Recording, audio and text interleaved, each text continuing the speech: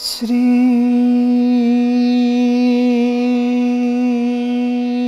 गुरुदेव नमः। आदि गुरुवे नमः, जुगादि गुरुवे नमः, सद्गुरुवे नमः। श्री गुरुदेव नमः। दंडौत बंदन अनेक बार, सर्व कला समरथ। डोलन तेरा खो प्रभु, नानक दे कर हाथ।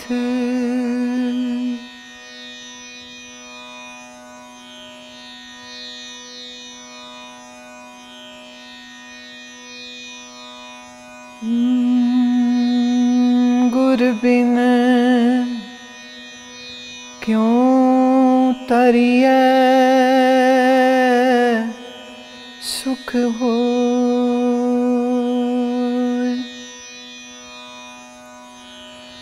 गुर बिन क्यों तरिए सुख होय। नानक बेड़ी सच की तरिए गुर विचार। एक आवह एक जावही, पूर परे अहंकार। मन हठ मति बूढ़िए, गुरमुख सच सुतार। गुर बिन क्यों तरिए सुख होय। ज्यों पावे त्यों राख तू, मैं अवर ना दूजा कोई। आगे देखो तो जले, पाछे हरियो अंगूर। जिसते उपजे तिसते बिन से, कट कट सच भरपूर। आपे मेल मिलावही, साचे महल हदूर। साह साहे तुझ समला, कदे ना विसारियो। ज्यों ज्यों साहब मन बसै, गुरमुख अमृत पेऊ। मन तन तेरा तू तणी, गर्भ निवार समेऊ। जिन्हें जगत उपाया, त्रिभुवन कर आकार, गुरुमुख चानन जानिए, मन मुख मुग्ध गुबार। काट काट जोत निरंतरी, बूझै गुरमत सार। गुरुमुख जिनी जानिया, तिनकी चै साबास। सच्चे सेती रल मिलै, सच्चे गुण परगास। नानक नाम संतोखिया जियो, पिंड प्रभ पास। गुरु बिन क्यों तरिए, गुरु बिन क्यों तरिए, सुख होए।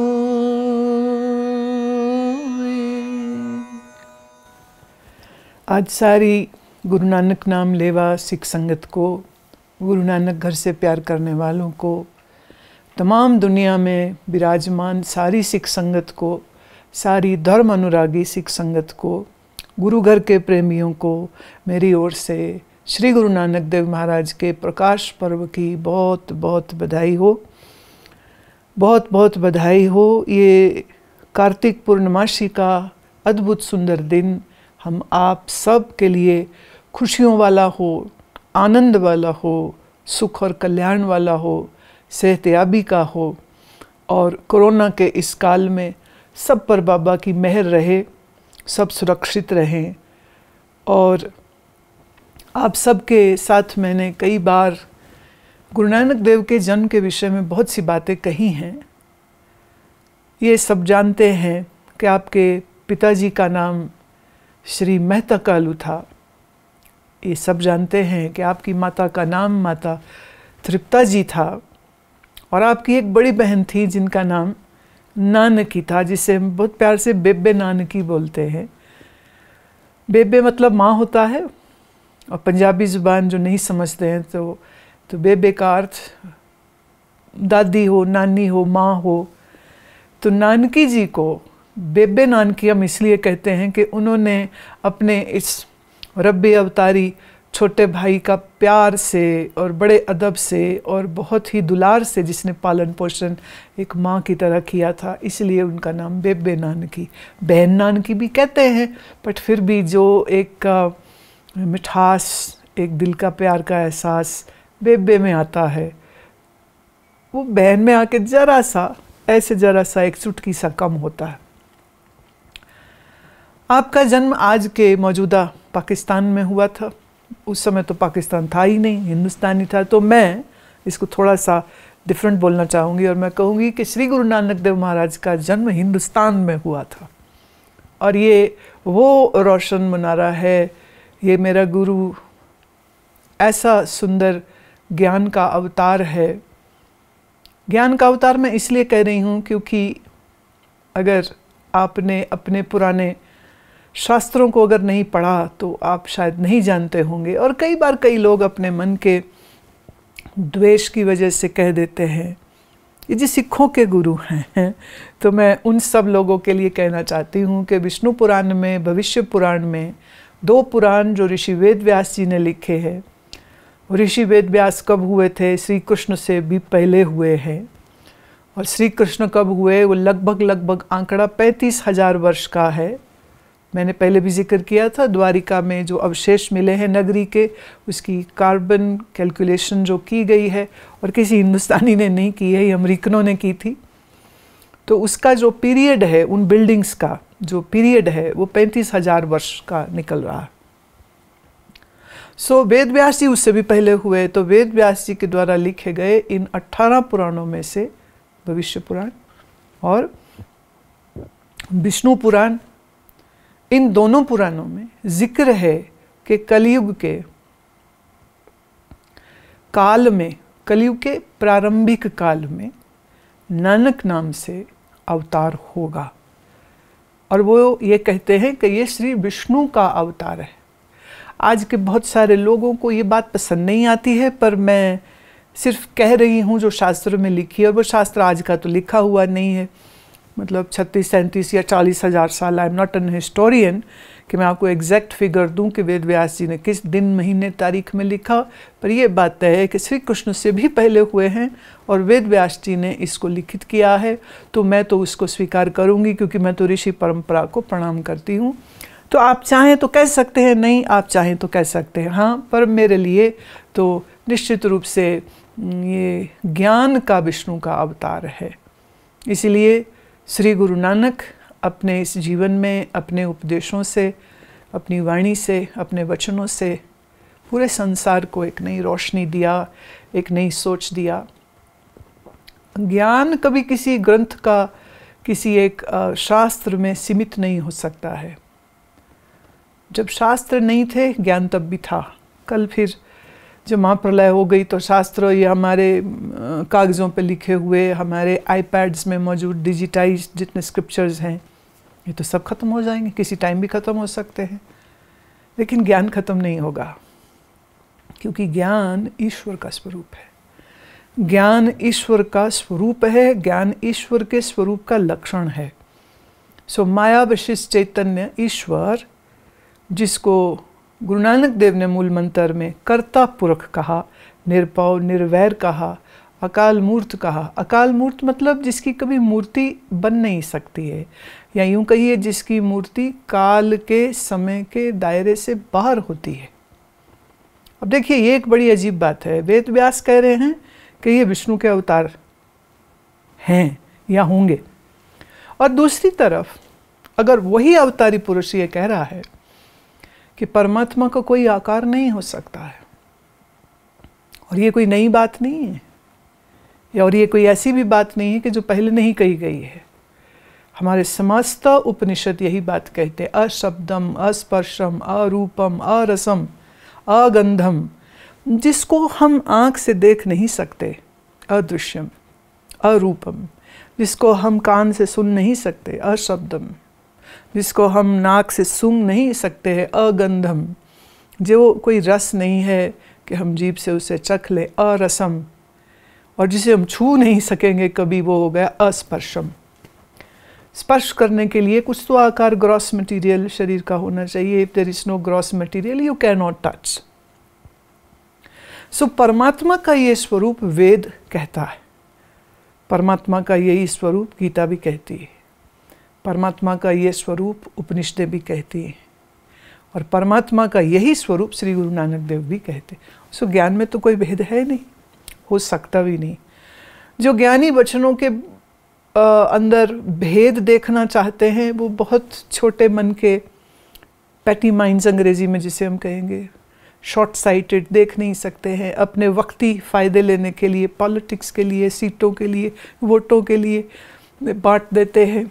तो मेरी आप सब से ये प्रार्थना है, जो भी मुझे सुन रहे हैं, कि एक तो ये मत कहा करें सिखों के गुरु हैं। नहीं नहीं, बाबा जगत गुरु है, ज़ाहर पीर जगत गुरु बाबा, कल तारण गुरु नानक आया। तो जो आप नारायण कलातार जग में परवरो, गुरबाणी की पंक्ति है, आप नारायण, आप परमात्मा, नारायण क्या विष्णु का ही नाम है, आप नारायण कलाधार, कला मतलब एक मिरेकल करके, एक प्रकृति के गुणों का बना पुतला ओढ़ करके जो आ गया। आप नारायण कलातार जग में, जगत में परवरो, परवरो मतलब प्रकट हो गया, आ गया है, जन्म हो गया जिसका। सो मेरा गुरु सबका गुरु है, मानो ना मानो, समझो ना समझो, समझ जाओ तो बड़ी अच्छी बात है, ना समझो तो घर में खुश रहो गुड़ शक्कर खा के, गुड़ शक्कर खा के। गुड़ अच्छा होता है, खाना भी चाहिए। तो ये नहीं कहिए, कम से कम भारतवासी ये नहीं कह सकते हैं, नहीं कहना चाहिए जब कोई कहता है तो लगता है कि बेचारे को ज्ञान की थोड़ी कमी हो गई। मैं इसलिए ये बात आज सबसे निवेदन करी हूँ, ये मत कहा करें ये सिखों के गुरु, ना ना ना, जगत के गुरु, ज्ञान का गुरु है, सबके लिए है, उपदेश सबके लिए दिया। अपने भीतर उस ज्ञान की ऊष्मा को वैसे लेकर के आए थे कि अब बड़ी सुंदर सुंदर कथाएं हैं। साखी जिसको हम बोलते हैं, साखी माने स्टोरी जिसको हम कहते हैं, वैसे साखी शब्द हिंदी के साक्षी से आया है। साक्षी मतलब witness. So those who witnessed the events in his life, दाई से शुरू होकर के मर्दाने तलक जो उनका संगी साथी रहा, भाई बाला से लेकर के और दूसरे सब जितने व्यक्ति रहे, तो ये जिन्होंने अकाउंट को लिख के रखा तो वो साक्षी हुए थे उन घटनाओं के। उन्होंने देखा, उन्होंने वो भोगा है, उन्होंने मेरे नानक के नन्हे नन्हे हाथ छुए हैं जिस दाई ने। कहते हैं भाई बालाजी की जन्म साखी में ऐसा लिखा है। तो ये बहुत लोग शायद ना जानते हों, गुरु नानक देव जी के जो बाद गुरु हुए, जिन्हें श्री गुरु नानक देव ने गद्दी नशीन किया था, श्री गुरु अंगद देव जी ने एक समय पर बुलवाया था भाई बालाजी को और उनसे कहा कि आप मेरे गुरु की कथा सुनाओ, मेरे गुरु के संग तुम रहे हो, उनकी चारों उदासियों में रहे हो, तो मुझे ज़रा वर्णन तो करो ना, वो क्या क्या हुआ, कब कब हुआ, कैसा कैसा हुआ। तो जितने उस समय पर वृत्तांत उन्होंने लिखवाए और जितनी वृत्तांत उस समय मौजूदा लोग जो जिंदा थे उन्होंने सुनाए और ये सारे लिखे गए, तो ये संग्रह को भाई बालाजी की जन्म साखी बोलते हैं। सो जितना मैंने साखी में पढ़ा मैं उतनी बात बता रही हूँ कि जब इनका जन्म हुआ है तो कहते हैं कि माई जो दाई थी वो बड़ी खुश होकर के पिताजी को बाहर कहती है कि देखो आपके घर पुत्र रत्न हुआ है, और माथा ऐसा चमक रहा था। बाल अवस्था में भी मैं बहुत बार उनकी कथा कह चुकी हूँ, छोटे में थोड़ा से फिर से कहती हूँ कि ध्यान में अधिक रहते थे, आंख बंद किए पड़े रहते थे, बैठे रहते थे, खेलते भी थे तो खेलते में भी सुमिरन ही खेल उनका होता था। और पढ़ने के लिए भेजा, संस्कृत पढ़ने के लिए भेजा पंडित जी के पास, तो नहीं पढ़े। और उस समय फ़ारसी चलती थी, रॉयल लैंग्वेज थी, फ़ारसी पढ़ने के लिए भेजा गया मौलवी जी के पास, क्योंकि इनके जो पिताजी थे वो आज का जिसको हम कहेंगे वो अकाउंटेंट थे और सरकारी नौकरी है उनकी, तो राज सत्ता में नौकरी चाहिए तो फिर राज सत्ता की जो भाषा वो आनी चाहिए। लेकिन मेरे गुरु नानक ने नहीं पढ़ा, वो कहते नहीं मुझको ये सब नहीं पढ़ना है, तो इनकार कर दिया था। तो उस समय जो लोग थे वो बड़े दुखी भी थे और हैरान भी थे कि ये बच्चे का होगा क्या। पिताजी खास करके बड़ा सोचते थे होगा क्या, होगा क्या। आपके जीवन में मर्दाना जो मिला इनको, इनका दोस्त और इनका सखा, और मैं कहूँगी पहला शिष्य भी। मर्दाना जी के बारे में छोटी सी बात ज़रूर कहना चाहूँगी। इनका जिस घर में जन्म हुआ था, कहते हैं कि उस घर में इनकी माँ के जो बच्चे हैं वो मर जाते थे, तो जब इनका नाम हुआ तो इनका नाम ही मर जाना रख दिया गया था। मर जाना, जिसने मरी जाना है, क्योंकि उसके बच्चे मर जाते थे। फिर जब गुरु नानक से, तब तो गुरु पदवी से नहीं, नानक, तो जब ये मिले हैं आपस में तो उन्होंने पूछा तेरा नाम क्या है, कहता मर जाना।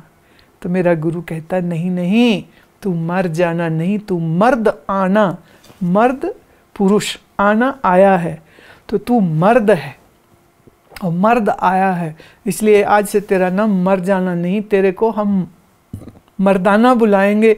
और देखिए समय के खेल कि ये भी मैं बता रही हूँ कि असली नाम उनका कुछ और था, और मर्दाना नाम तो मेरे गुरु नानक ने अपने इस दोस्त का रखा था, जो उनका 4 उदासी, मैंने 4 तीर्थ यात्राएं जो गुरु ने करी उनके हमेशा संग साथ रहे। और ये बहुत अच्छी रबाब बजाते थे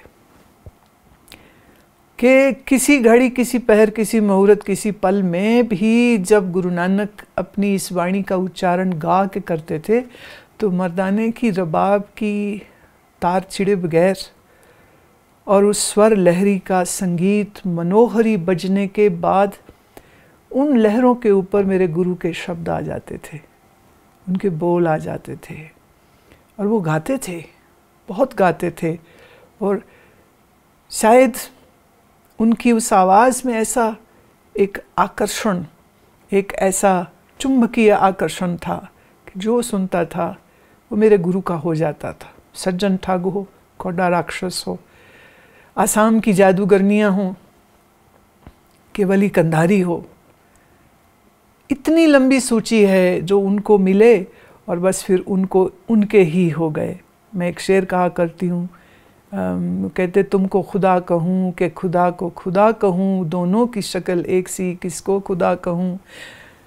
परमात्मा का वो नूर, वो रोशनी, वो खूबसूरती, वो उनकी आँखों में उनकी मुस्कुराहट की वो मनोहारी छटा, वो उनके रस से भरे हुए शब्द जब वो कहते थे, और इतने मीठे बोल जो वो बोलते थे, उन सब बोलों, उन सब शब्दों, उन सब उनकी मात्र उपस्थिति गुरु नानक की काफ़ी थी कि जो उनको देखता था बस वो उन्हीं का हो जाता था, जो उनको मिलता था बस उन्हीं का हो जाता था। और यही कारण है कि गुरु नानक की इन 4 उदासियों में हज़ारों लोग गुरु नानक के भक्त हो गए। हिंदुस्तान में मैं तो सब जगह घूमी हूँ। आप डाउन साउथ चले जाएं तो रामेश्वरम में गुरुद्वारा मिलेगा, गुरु नानक जाके वह 2 महीने रहे, जाते बार श्रीलंका, आते बार। और श्रीलंका जाएंगे तो वहाँ भी मिलेगा। और यहाँ साउथ से आप टॉप ऊपर चले जाइए तो लद्दाख में भी आपको गुरु नानक का स्थान, गुरुद्वारा साहब वहाँ पर मिलेगा।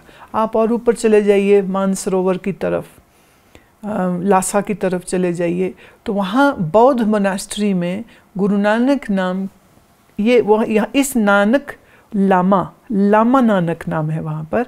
तो लामा नानक कितना समय वहाँ रहे हैं वो उस मोनास्ट्री की दीवार में लिखा पड़ा है। उनके जो स्क्रोल्स होते हैं उन स्क्रोल्स में लिखा हुआ है कि लामा नानक अपने 2 शिष्यों के साथ यहाँ पर आए और रहे।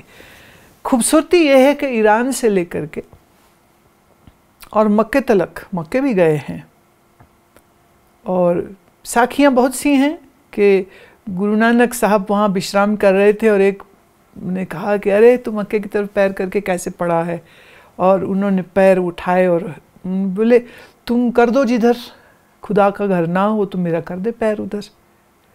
और कहते हैं कि जब उन्होंने उठा करके पैर श्री चरण कमलों को किनारे करने की कोशिश करी दूसरी दिशा में, और कहते मक्का भी घूम गया था।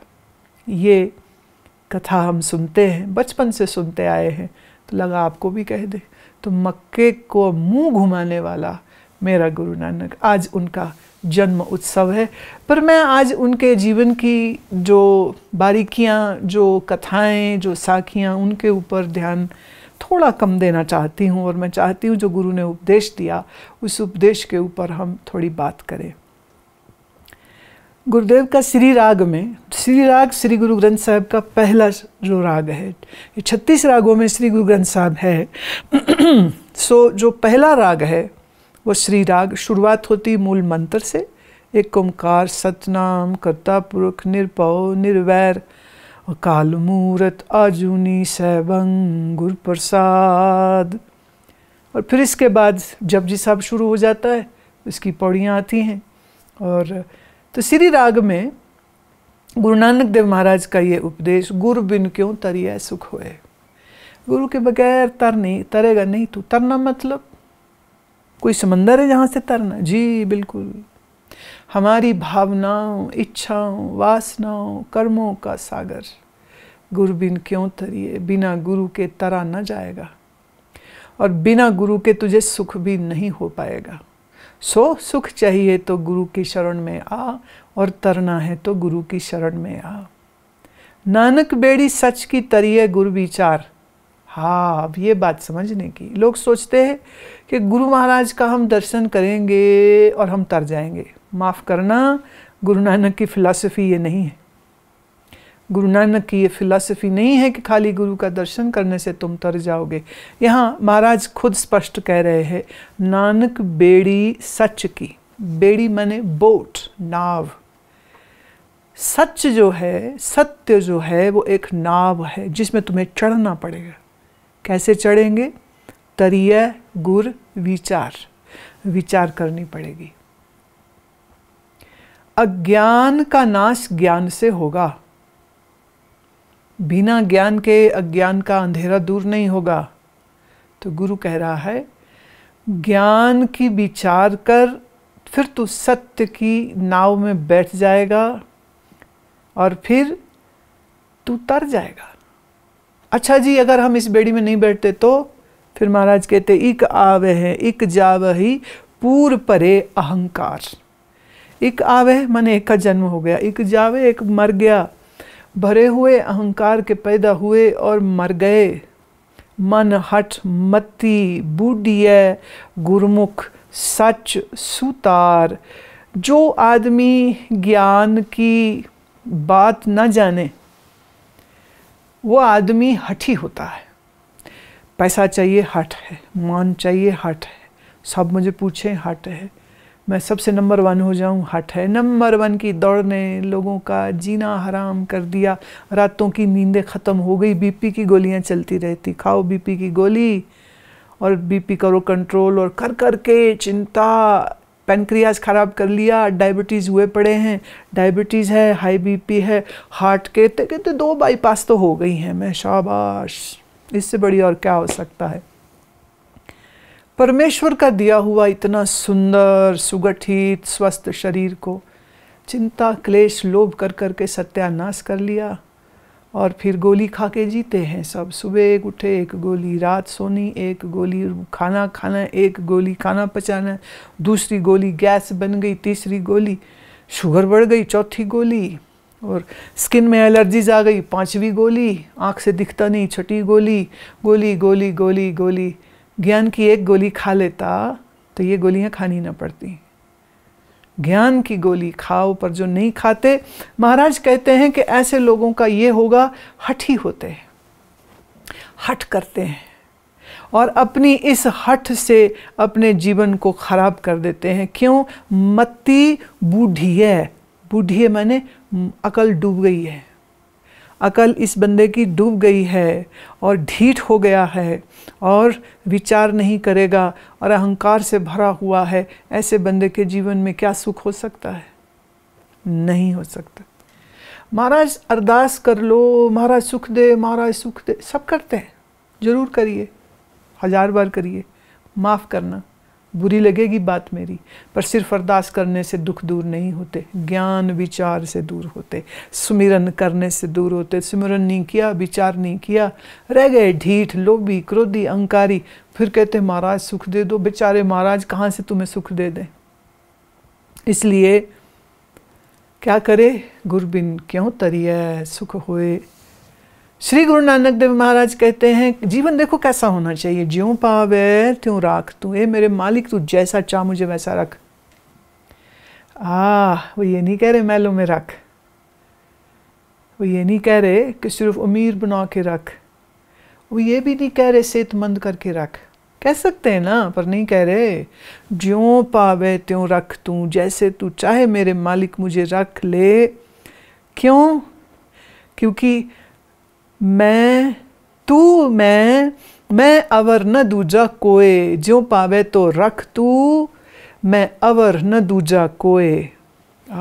इसके कई लोग अर्थ ये करते हैं कि मैं तेरे बगैर कुछ नहीं हूँ। हो सकता, ये भी हो सकता है, ये भक्ति मार्ग में अर्थ ही आएगा। पर अगर मैं इसका वेदांत में अर्थ करूँ तो क्या होगा?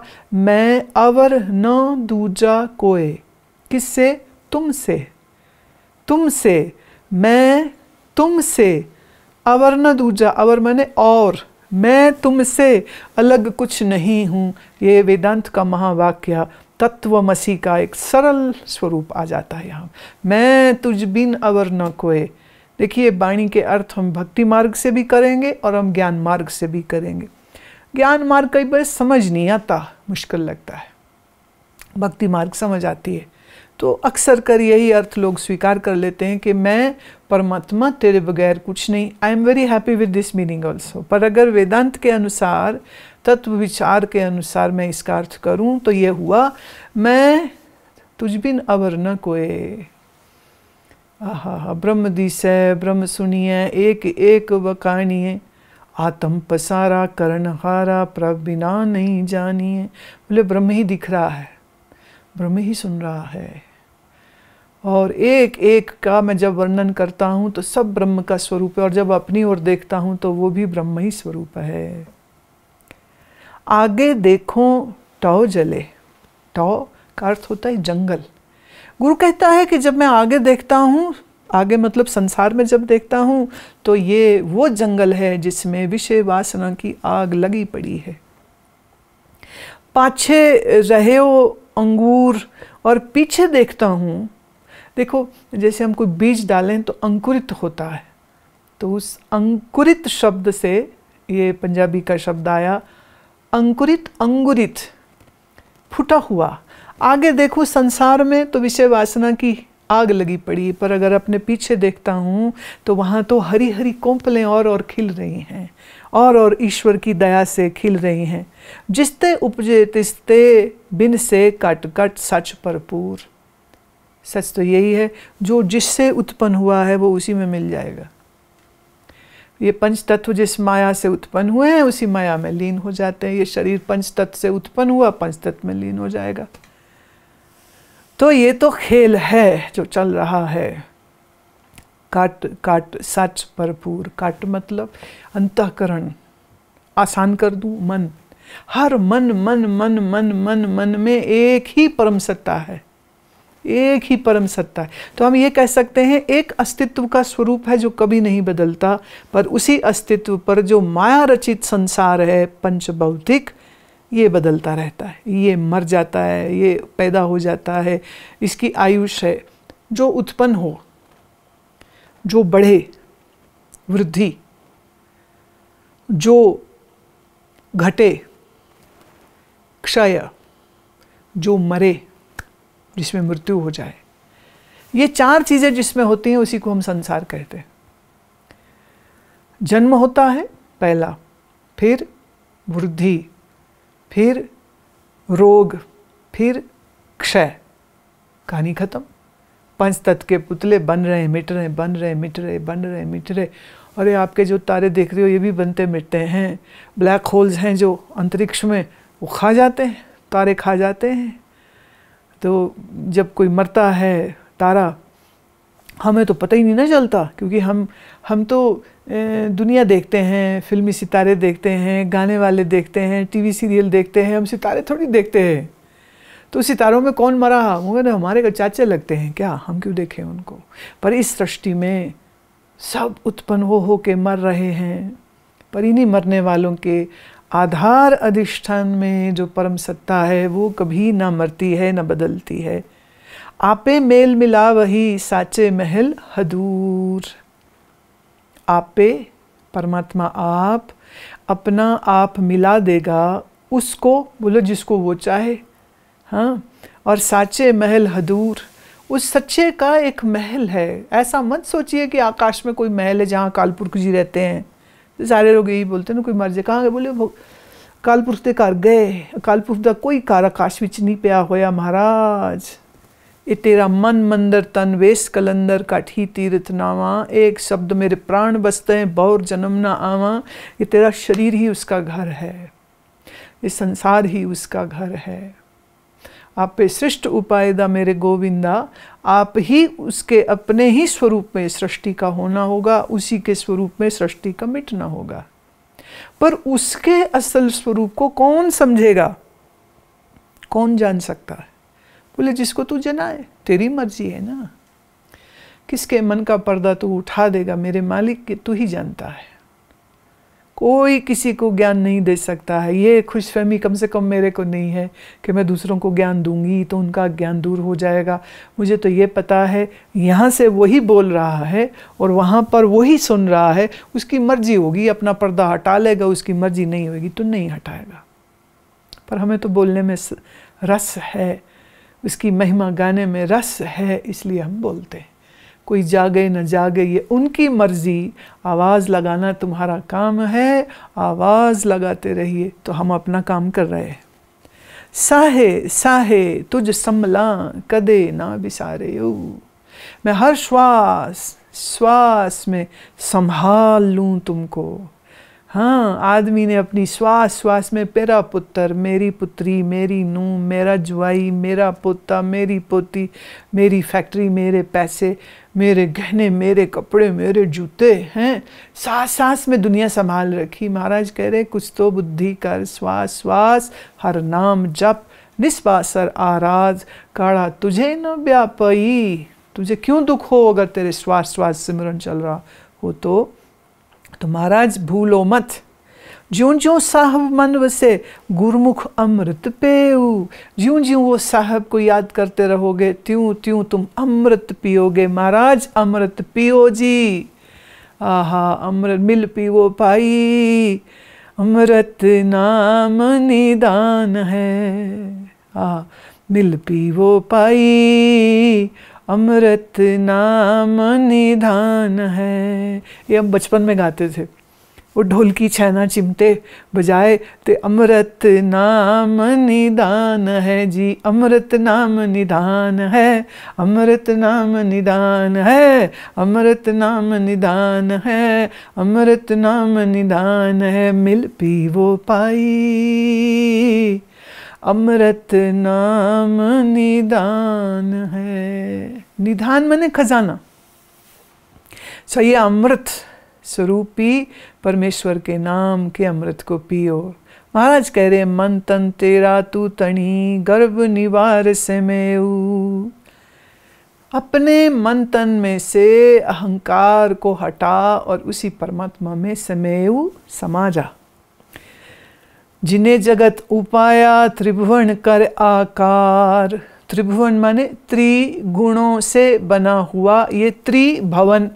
हिंदी में जैसे बोलते त्रिभवन, कई जगह हिंदी में बोलते त्रिभुवन, पंजाबी में उसको कह रहे त्रिभवन।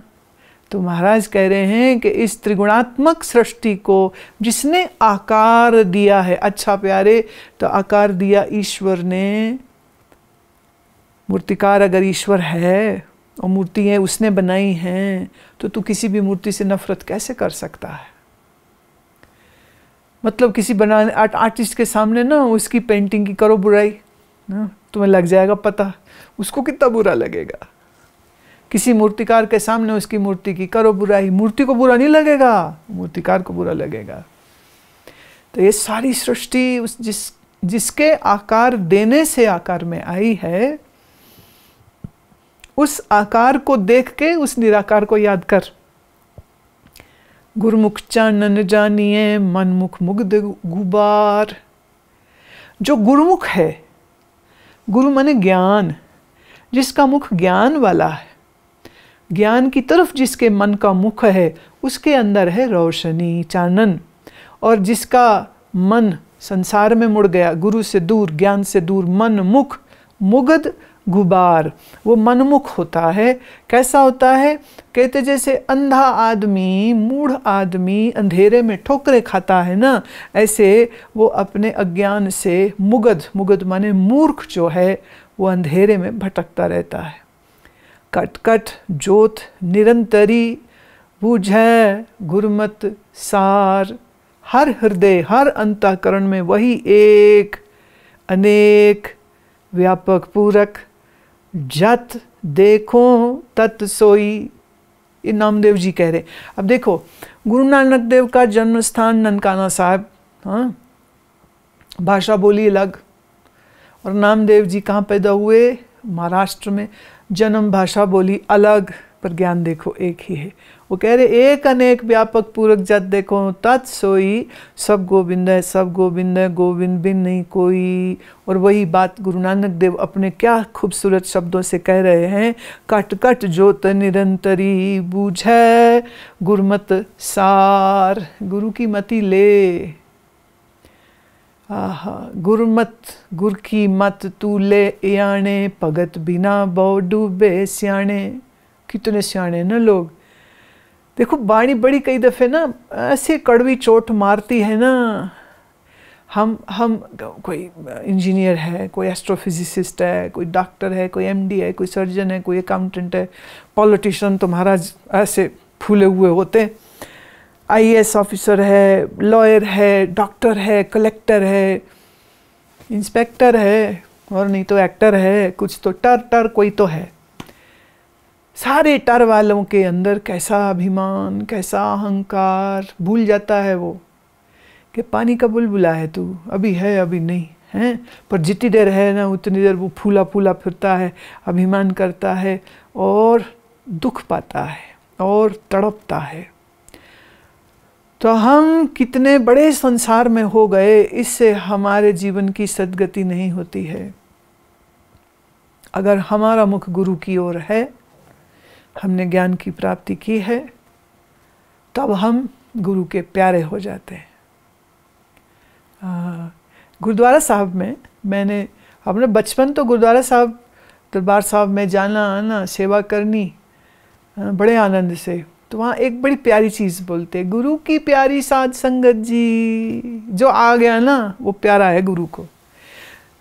वैसे रब को प्यारा हो जाए तो कह रहे मर गया गुरु को प्यारा है तो गुरु की प्यारी प्यारी साध संगत जी। वाहिगुरु जी का खालसा, वाहिगुरु जी की फतेह। माने खालसा कौन? शुद्ध स्वरूप परमात्मा ही जीतता है, विजय उसी की है। और शुद्ध स्वरूप परमात्मा जो है, हम उसी की शरण में है। तो बड़े प्यार से गुरु की प्यारी साध संगत जी, जो साधना करे, खाली लंगर ना छके। संगत वो जो साधना करे, संगत वो जो नाम से जुड़े। हाँ, तो साध संगत को प्यारी कहा जाता है, प्यारी प्यारी साध संगत जी। इसलिए आप देखेंगे ये आपको और किसी, माफ़ करना, मंदिर में नहीं मिलेगा, माफ़ करना ये चीज़ मस्जिद में भी नहीं मिलेगी। ये चीज़ आपको सिर्फ गुरुद्वारा साहब में मिलेगी। और वो ये है कि आए हुए साध संगत के जूतों को लोग अपने चुन्नी से, अपने दुपट्टे से, पुरुष मैंने देखा अपने रुमाल से, साफ़ सुथरे धुले हुए रुमाल से ऐसे कपड़ों को कपड़े से वो जूतों को पोंछ के सजा करके, सबके जूता भी नहीं कहते, पुरानी भाषा पंजाबी की जोड़ा बोलते हैं। तो बोले जोड़े के ऐसे सजा, जूते ऐसे रखे होते, पर उसको साफ कर रहे हैं। नम्रता का पाठ है, गुरु सिखाता है। नम्र बनो। आता नहीं नम्र बनना, सेवा करना आता नहीं है। हाँ, पैसा ऐसे देना आता है सबको। मैं देखती हूँ कई बार लोग अपना अहंकार दिखाते हैं, ए लो जी गुरुद्वारे वास्ते सेवा, ए लो जी आश्रम वास्ते सेवा। और अब क्या करें, मेरे विद्या गुरु ने मुझे बड़ा सनकी बना दिया। हमें तो कोई ऐसे करे ना तो मैं कह रही हूँ, ओ जाओ जी, दरवाज़ा सामने है उधर से। क्यों हम ना लेते किसी की हैंकड़ी, क्यों लें? किसी के अहंकार को हम ना लें। इसलिए मनमुख और गुरुमुख की कभी दोस्ती नहीं हो सकती, कभी दोस्ती नहीं हो सकती।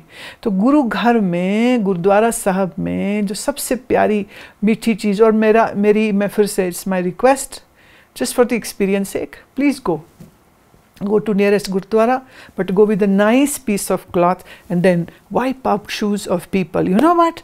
कोई बंदा ऐसा आया होगा जिसने पूरी रात बैठ के जप किया, कोई ऐसा आया होगा जो सुबह 3 बजे उठ के जप किया है, कोई ऐसा होगा जो 5 वाणी का पाठ नियम से करता है, कोई ऐसा होगा जो अपनी नेक कमाई का 10वां हिस्सा, सुनते सब हैं, करता कोई नहीं, पर हो सकता है ना कोई ऐसा प्रेमी आया हुआ हो जो अपनी नेक कमाई का 10वां हिस्सा दान करता है, गुरु की सेवा में लगाता है, संगत की सेवा में लगाता है। इसमें एक छोटी सी मेरी विनती और है, अगर स्वीकार करें तो सुझाव है, बहुत महंगे एंड प्लस लंगरों को देने की बजाय गुरुद्वारा साहब में, अगर उसमें मुझे कहना पड़ेगा, दिल्ली के बंगला साहब गुरुद्वारा में जेनरिक दवाइयों का लंगर चलता है। आप अपनी डॉक्टर की प्रिस्क्रिप्शन ले जाइए, आपको दवाई देंगे। और ये मैं समझती हूँ कि दिल्ली गुरुद्वारा प्रबंधक कमेटी को मैं दिल से बधाई देती हूँ। गुरु मेहर करे आपके ऊपर, जिसका भी ये ख्याल था उसको तो मैं नमस्कार करती हूँ, जिन्होंने भी ये बात सोची है। क्योंकि रोटी घर में हर आदमी खा लेता है, गुरुद्वारा साहब में लंगर आके, ठीक है भूखे होते हैं तो वो भी प्रसाद है, ज़रूर खाना चाहिए, ज़रूर खिलाना भी चाहिए। पर जब रोगी को हम दवाई देते हैं, वो भी गुरु घर से जब दवाई मिलती है, वो दवाई खा के कोई चांस ही नहीं है कि रोगी ठीक ना हो, बिल्कुल हो जाएगा। दवाई की वजह से ना हो, लेकिन गुरु की मेहर से ज़रूर हो जाएगा। सो मेरी ये एक सुझाव है, एक very humble request to all the Gurdwaras and all the Hindu temples and all those people who are running any religious institutions कि आप लोग अगर संभव हो सके सड़क पे ज़बरदस्ती रोक के लोगों को लंगर छकाने की जगह आप दवाइयों का प्रबंध कर दें। आयुर्वेदिक दवाई का प्रबंध हो, एलोपैथी का प्रबंध हो, जो पॉसिबल है, जो इजी है, होम्योपैथी का प्रबंध हो। होम्योपैथी की दवाई मैं जानती हूँ, हमारे एक बड़े अच्छे डॉक्टर हैं, वो देते हैं पथरी की दवाई 4 दिन में, 3 दिन में, किडनी की हो, यूरिनरी ट्रैक्ट की हो, 3 दिन में पथरी आउट। हमने देखा होम्योपैथी से वो इनफर्टिलिटी का इलाज करा देते हैं। ये विषय थोड़ा अलग है, पर मैं थोड़ा सा एक संकेत दे दूं, आने वाले टाइम में आपके साथ मैं डिटेल में बात करूंगी। आज के समय में इनफर्टिलिटी होने का बहुत बड़ा कारण आपके द्वारा खाई गई चीनी और आपके द्वारा खाया गया गेहूं और आपके द्वारा खाया गया चावल है।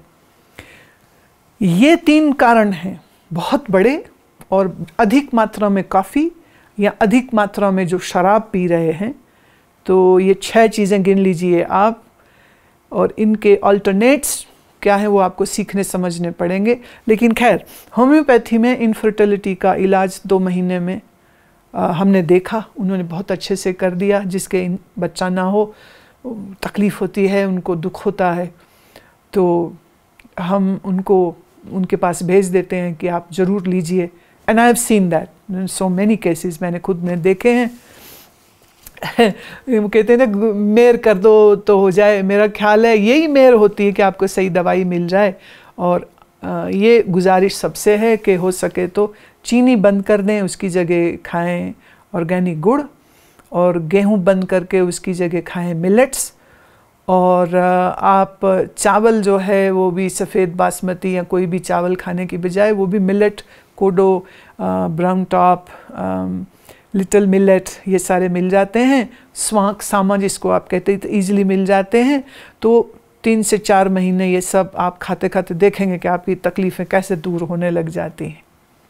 खैर, तो हम लोग देखते हैं ये आदमी है, ये औरत है, ये अपना है, बेगाना है। गुरु नानक कहते नहीं, ये सारे स्वरूप मेरे परमात्मा के हैं, ये सारे आकार उसके दिए हुए हैं।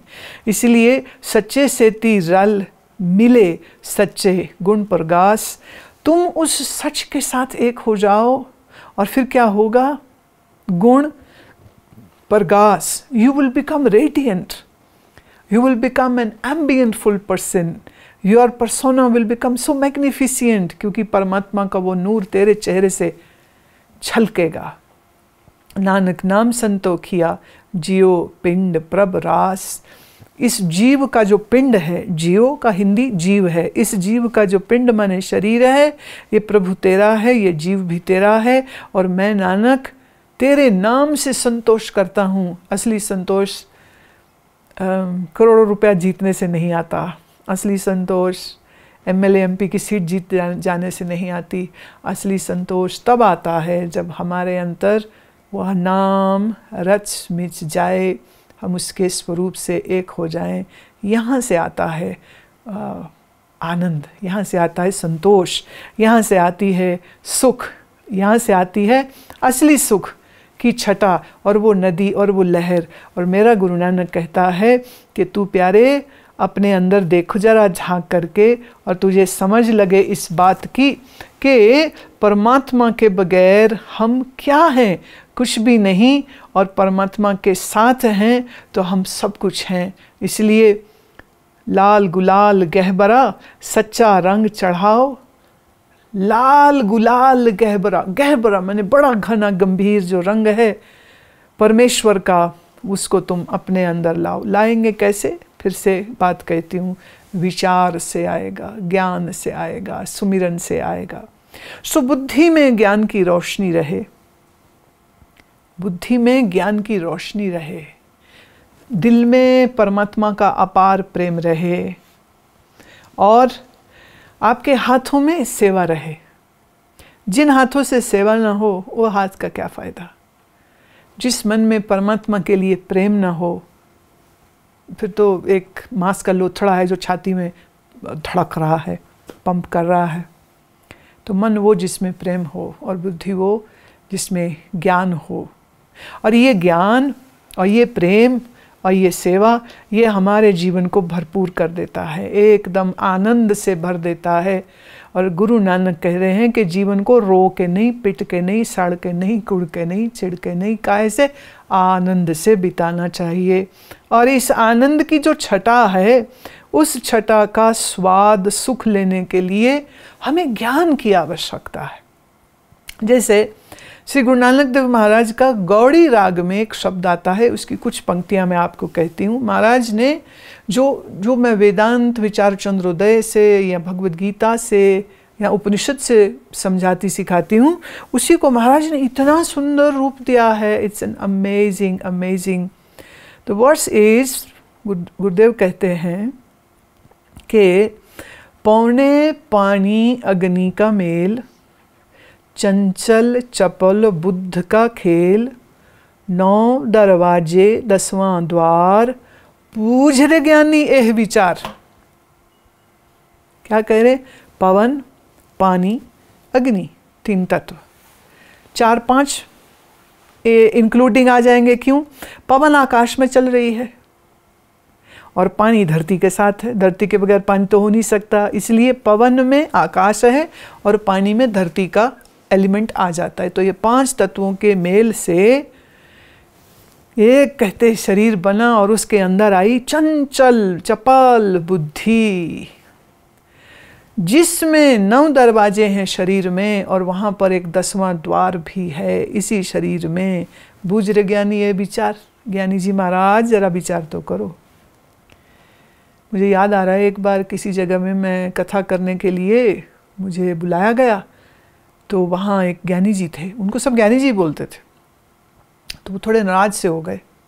बाद में मुझे पता चला, क्योंकि गुरुद्वारा साहब में क्या है, जब मैं बोलती थी, जाया करूँ, अब जब भी जाती थी मैं, तो प्रेमी बहुत हो जाते, संगत इतनी हो जाती थी कि जैसे पूरा हॉल भर गया। तो गुरुद्वारे में मर्यादा होती है कि कीर्तन ख़त्म हो, कथा ख़त्म हो, तो लोग भेंट रखते हैं, पेटा जिसे कहते हैं पंजाबी में, पैसे रखते हैं। अब होता ये था कि जब मैं बोल रही होती थी, जैसे जपजी साहब मैंने Guru Nanak Sikh temple Los Angeles में किया था, तो जो रास्ता होता था मत्था टेकने के लिए, गुरु महाराज तक आने के लिए, उस रास्ते में भी संगत बैठ जाती थी। तो फिर सारी संगत ने मिलकर ये मैंने प्रार्थना भी की कि बीच बीच में उठ के आकर के भेटा मत रखो, आप बैठ के सुनो, बाद में आप भेटा गुरु महाराज के रखो, आप जो आपको अच्छा लगे। पर मेरे तक थोड़ा लगता था कि अगर रिक्वेस्ट करी, संगत बड़ी प्यार वाली थी, सब मान गए, सारे बैठते थे, कथा ख़त्म होती थी, फिर वो अपनी भेटा रखने आते थे। वहाँ एक ज्ञानी जी थे, सेवा में थे, तो कुछ दिन में ज्ञानी जी आए ही नहीं, अंदर हॉल ही ना आए। मैंने पूछा क्या हुआ? ज्ञानी जी ठीक है। तो ज्ञानी जी ने गुरुद्वारा साहब के जो प्रेसिडेंट थे उनको कहा कि देखो जी, जब वो बाद में माया का ढेर लगता है ना, तो उसको देख के मुझे बड़ी तकलीफ़ होती है। हमें तो लोग चढ़ाते नहीं, इनको क्यों चढ़ाते हैं? तो मेरे से ना वो देखा नहीं जाता है। मैंने जब ये बात सुनी, मैं कहा ठीक है भाई, जैसे उनकी इच्छा। मैंने कहा वैसे उनको आप मेरी तरफ से अर्ज लगा दो कि आपको अगर माया चाहिए तो आप सारी ले लिया करो, कोई दिक्कत नहीं। पर ज्ञानी वो नहीं है जिसका टाइटल ज्ञानी हो। एक समय में पंजाब में डिग्री होती थी, मैंने पंजाबी के एमए को, तब वो शायद ज्ञानी बोलते थे उस समय पर, ज्ञानी डिग्री होती थी। तो ज्ञानी हम एक सर्टिफिकेट से नहीं होते हैं, ज्ञानी हम अपने नाम के साथ लगा लें, मैं भी लगा लूँ, है ना, अपने नाम के साथ ज्ञानी गुरप्रीत हरि, तो उससे मैं ज्ञानी थोड़ी हो जाऊंगी। ज्ञानी होता है इसके विचार से, जो महाराज यहाँ पर कह रहे हैं कि जरा बूझो तो तेरे शरीर में 10वां द्वार कहाँ है, और बूझो तो कि ये 4-5 तत्वों से शरीर जो बना, तो इसमें ये चंचल चपल बुद्ध कैसे आई, और इस शरीर में प्राण कैसे आया, और प्राण इस शरीर को चलाता कैसे है, क्योंकि कथता बकता सुनता सोई। आप बेचारे सो ज्ञानी होई, देखिए बहुत अदब से कह रही हूँ, ये मेरा बच्चा नहीं है, महाराज अगली पंक्ति में बोल ही रहे हैं। जो अपने आत्मा का ज्ञान करे, विचार करे, वही ज्ञानी होता है। जो आत्मा का विचार ना करे वो ज्ञानी नहीं होता है। देही माटी बोले पौन, बूझ रे ज्ञानी मुआ है कौन। कौन मरा जब मौत आई तो? मिट्टी, पानी, हवा, आकाश, कौन मरा? हाँ, विचार करो। देह मरी, मिट्टी मरी, और बोलता कौन है? पवन बोलती है। तो विचार तो करो। मुई सूरत बाद अहंकार ओ न मुआ जो देखण हार। मुई सूरत, सूरत माने वृत्ति, जिसे हम कहते हैं। वृत्ति जागृत होती, वृत्ति लीन हो जाती। वृत्ति माने a thought. A thought rises, a thought dies. A thought rises, a thought. An emotion rises, an emotion dies. Emotion rises, emotion dies. That which rises will definitely die. So Surti जगती है, श्रुति मिटती है। और तुम्हारा अहंकार जो है ये भी मरता है, मिटता है। ओ नाम हुआ जो देखन हार। बस इस बनती बिगड़ती सुरती वृत्ति को जो जानता है। अब देखिए फिर वेदांत आया यहाँ पर। देखने वाला जो है वो कभी मरता नहीं है, और दृश्य जो है वो जड़ होता है। तो दृश्य को देखने वाला दृष्टा है, और उसी दृष्टा को साक्षी कहते हैं, जिसे हम यहाँ पर गुरु महाराज के शब्दों में देखणहार कह रहे हैं। इस सूरत को जो मरता हुआ देखता है, वो देखने वाला कौन है? ढूंढो, विचारो। जय कारण तट तीरथ जाही, रतन पदार्थ कठी माही। जिस ज्ञान आनंद की खोज के लिए तो तट तीर्थों में जाए, जाने से कुछ ना मिलेगा। हाँ, आउटिंग अच्छी होती है। कुछ टूरिस्ट होती हैं डेस्टिनेशन से, पहाड़ है जी, समंदर है जी। फिर कुछ धार्मिक डेस्टिनेशंस होती हैं, हम यहाँ जाएं, वहाँ जाएं, यहाँ जाएं, वहाँ जाएं। बोले कहीं जाने की ज़रूरत नहीं है। जो इस आनंद को तो ढूंढ रहा है वो असली यहाँ है। आप चले जाओ, आप स्विट्ज़रलैंड चले जाओ, बड़े अच्छे लगेंगे पहाड़। आहा, क्या नज़ारा, क्या नदी, क्या ये। पर 4-5 दिन के बाद हमारे जो देसी लोग हैं ना, वो कह रहे हैं मूंगी की दाल नहीं मिलती, मक्की साग नहीं मिलता, और यहाँ रसगुल्ले नहीं मिलते, क्योंकि वहाँ तो पिज़्ज़ा बर्गर मिलना और कुछ मिलना नहीं, या मीट मिलना और कुछ मिलना नहीं। तो थोड़े ही दिन के बाद स्विट्ज़रलैंड की ठंड भी बुरी लगेगी, और वहाँ का खाना भी पसंद नहीं आएगा, और फिर कहेगी चलो जी घर वापस चलते हैं। कहते ना, बल्ख ना बुखारे जो सुख छजू दे चुबारे। पंजाबी में कहावत है, बोड़ के खोती बोड़ थले आई। सारी दुनिया घूम ले, खोती माने गधी जो होती है ना, वो वापस आकर के अपने उसी वट वृक्ष के नीचे आके उसको चैन मिलता है, चाहे घूम कहीं ले। ऐसे ही हम लोग कहाँ कहाँ नहीं घूमते, कहाँ कहाँ नहीं जाते, पर थोड़े दिन में फिर घर याद आ जाता है। जिस घर में रह रहे थे वही बुरा लग रहा था, इसलिए बाहर गए थे। बाहर जाते हैं, थोड़े दिन अच्छा लगता है, फिर चलो घर चलो, घर चलो, घर चलो। सच याद रखें, सुख ना बाहर स्विट्ज़रलैंड, कश्मीर या हिमाचल में है, ना सुख आपके इस फिजिकल बने घर में है। सुख कहाँ है वो उसको आपको विचार से ढूंढना पड़ेगा, अपने अंदर ढूंढना पड़ेगा। हाँ ना मुआ मेरी मुई बलाए, मैं नहीं मरूंगा कभी। हाँ माने मैं।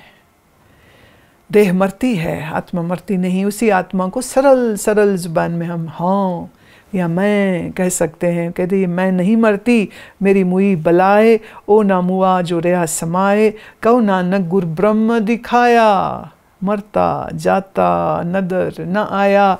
और ये आत्मा न मरता है कभी, न कहीं जाता नज़र आया मुझे। और ये किसने दिखाया? कहते ये गुरु ने दिखाया। क्या दिखाया? ब्रह्म दिखाया। देखिए अजब बात, ब्रह्म देखा नहीं जा सकता, पर फिर भी कहा जा रहा है कि ब्रह्म किसने दिखाया? मुझे मेरे गुरु ने दिखाया। अब देखिए, देखना जरूरी नहीं कि आंखों से हो, और बड़े तरीके होते हैं। जैसे हम मन से किसी को याद करें तो हमने मन से देखा, हम बुद्धि से किसी का विचार करें तो हमने बुद्धि से देखा।